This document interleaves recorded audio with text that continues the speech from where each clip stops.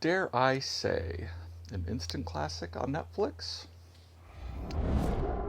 Hay tres clases de personas. Los de arriba, los de abajo, los que caen.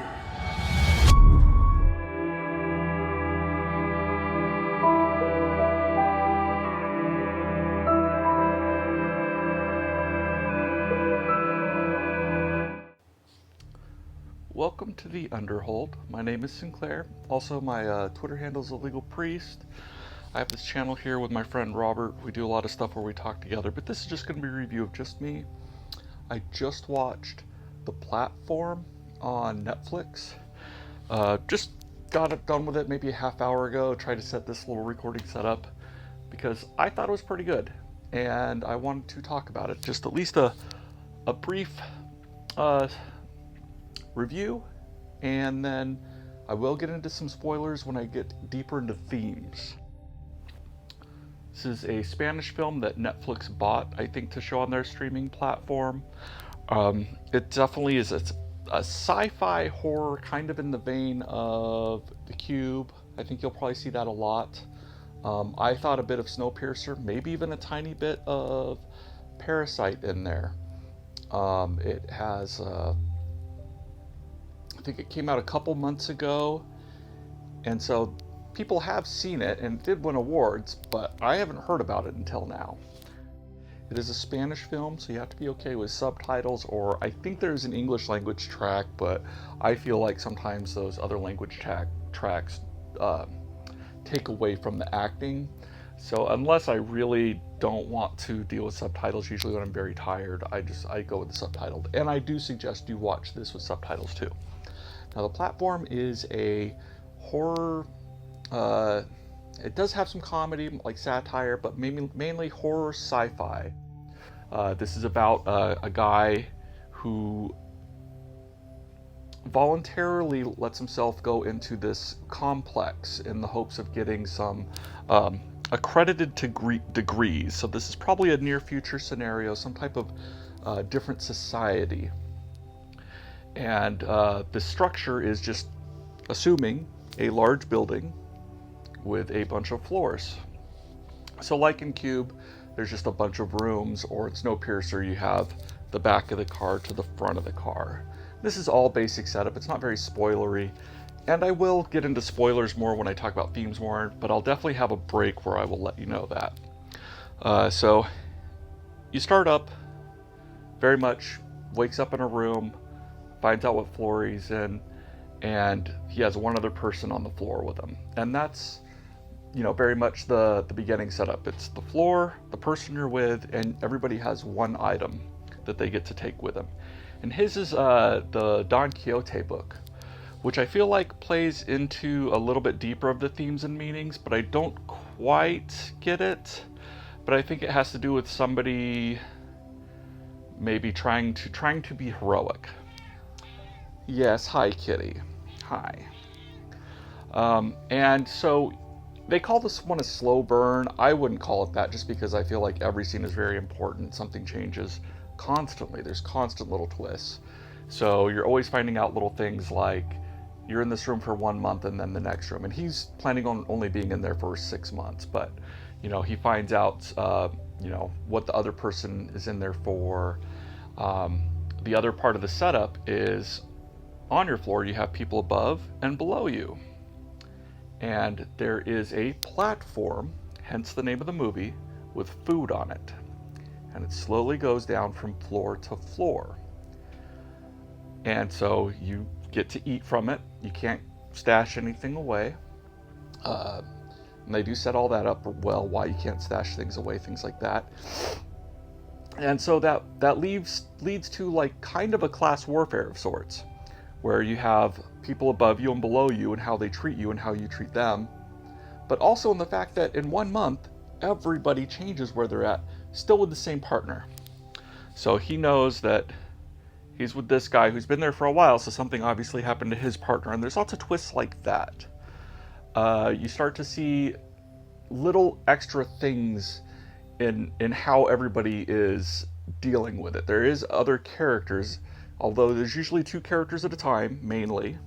but you do see, like, somebody starts traveling down the platform and things like that. And so it definitely talks about, like, class warfare. There's even a part at the very beginning where they ask him, like, hey, are you a communist? Because he starts coming up with ideas of, like, hey, people above me only eat what you need. We can get more. People down below us can get more, etc.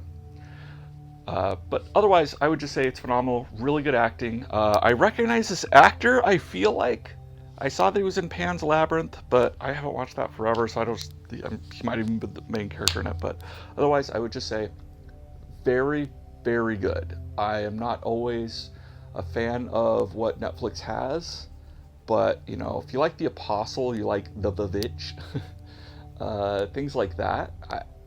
You like Snowpiercer, if you like, The Cube. This is a contemporary. This is definitely just as good, if not better than some, maybe not as good as others, but it's up there.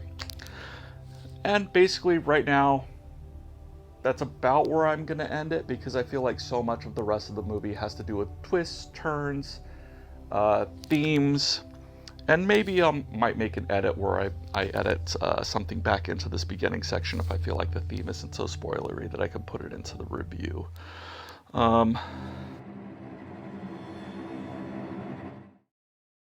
So now I'm just going to do a small spoiler bit, and it's mainly just about some themes that I felt like I would spoil some twists of the film, and it's going to be pretty short, hopefully.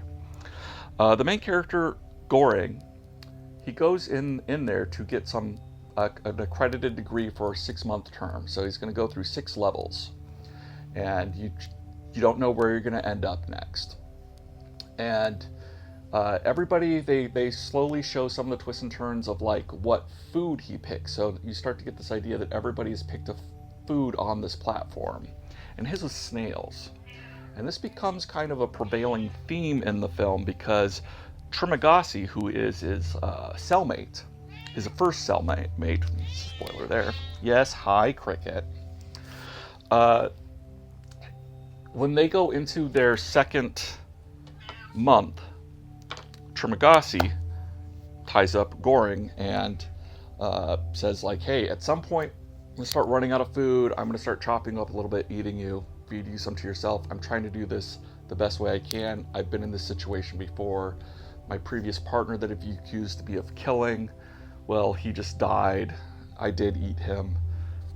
And but he mentions things like, I'm preparing you like purging a snail. And I had to look up this because I'm not a big snail eater or anything, but it takes 7 days usually to prepare a snail.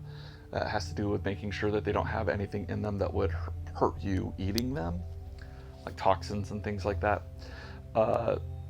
So you get kind of this idea as the movie goes on, where he starts becoming a little bit more of a messiah or something like that, that he's almost being prepared to do what he eventually does.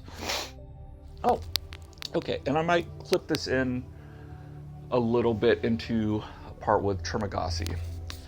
His roommate, his first one, Trimagasi, some of the other themes there is that he ends up in this facility out of frustration, he saw an advertisement for a knife, and he bought the knife, and immediately, this awesome knife, the second he got it, there's another ad for the updated version of the knife that's even better, which is kind of like a planned obsolescence, always being tricked into lusting for more and wanting more. And that led to him throwing his TV out the window, killing somebody, ending up in this facility as a prison. So I felt like that was just another part of the theming of, like, some of the tools that people get oppressed with. And it's a lot less, and it does have a lot to do with not even necessarily class warfare. That's kind of what you start getting the idea of the rich not caring about the poor, but then at the same time, the poor not caring about anybody below them. So this whole thing of no one cares who's below them. But when he does end up at a very high level, he ends up with, after an incident where Trimagasi ends up dead, and he ends up with a new person, which is this lady who interviewed him to end up in that facility. And she has a dog named Ramses, which I feel maybe just alluding to the fact that there is an administration or a leader, and something about the way they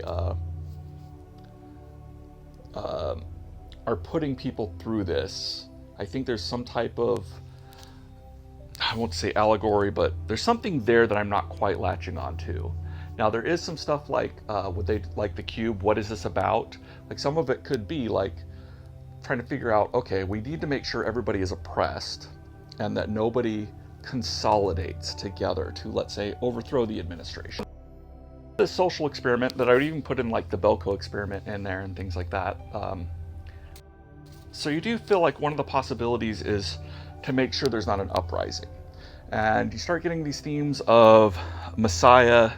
Is Trimagasi this Messiah where they're like, okay, is he there to inspire people to start working together? But then what can they do after that? How do they get out of there? How do they rise up? So is this a social experiment to make sure that doesn't happen? And, you have this thing of like, the food starts going to another level, and he just tells people like, hey, take the amount you need, prepare food for the next people, and tell them that you will shit or poop on their food if they don't do the same, so that hopefully they can get more people food down the more levels. And that does lead to a plan of essentially, some of the setup is not only does it go down each level, assuming it hits a bottom, because you don't know how many floors there is, you get this idea of like 200-ish. I think one person thinks it's 200, it ends up being more, you find out, and then it could even, who knows how many there could be. But this platform does go up to the top again, and you do get to see little bits of them preparing the food, which is kind of interesting in itself, like how perfect they decide to make it. I think that maybe that it's supposed to be so that the people at the top don't feel tempted to help the person below them. So, because maybe stuff could start at number one and go down. So if they keep it perfect and it starts going down, maybe that helps keep the unwell. And so only number one, those people get whatever they want just about. And that's only for 1 month. And there's a 200 levels below. So it's literally like the top 1% of 1%. Maybe not that much, but it's, so that you end up with the social class stuff of like only those people at the very top are really getting everything. Everybody else is just getting everybody else's leftovers. It's gross, right? And so they do concoct a plan. He does with a new roommate. And even though they're doing this little allusion to him being a messiah, he kind of takes on this guy as a follower. And they start concocting more and more of a plan. And they start realizing it's not just about trying to get to the first level, to break whatever this structure is.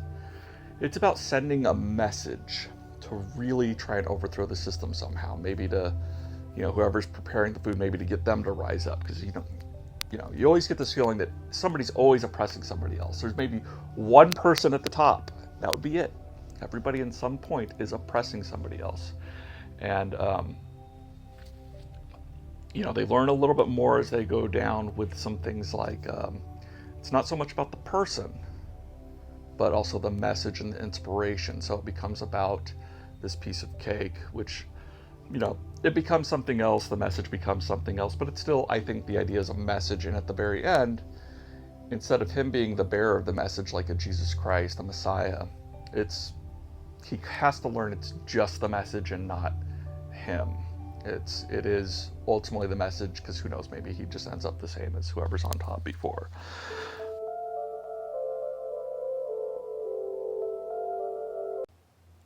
I would say one of the main messages of the film that I've been able to come up with, and please comment if you feel like there's something else, because I'm watching this fresh.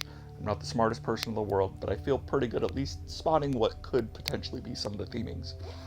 Is there's something even better than just like communism, maybe. It's more like if you have wealth, you can do more with wealth than just distributing it. You can do something better and more beyond even you as a person. And I think that was some of the message, maybe, was that some of the people at the top really don't have that sense of trying to make a world an actually better place and trying as hard as they can, because they do have a lot. And even if without some of that lot, they still end up with a lot, and they can just, resources can, hopefully to inspire resources to be used better. Maybe I'm a little bit wrong on that, but that's kind of my feeling. Anyway, thank you for watching my video if you got this far. Thank you for putting up with my rambling, and enjoy your day. Peace out.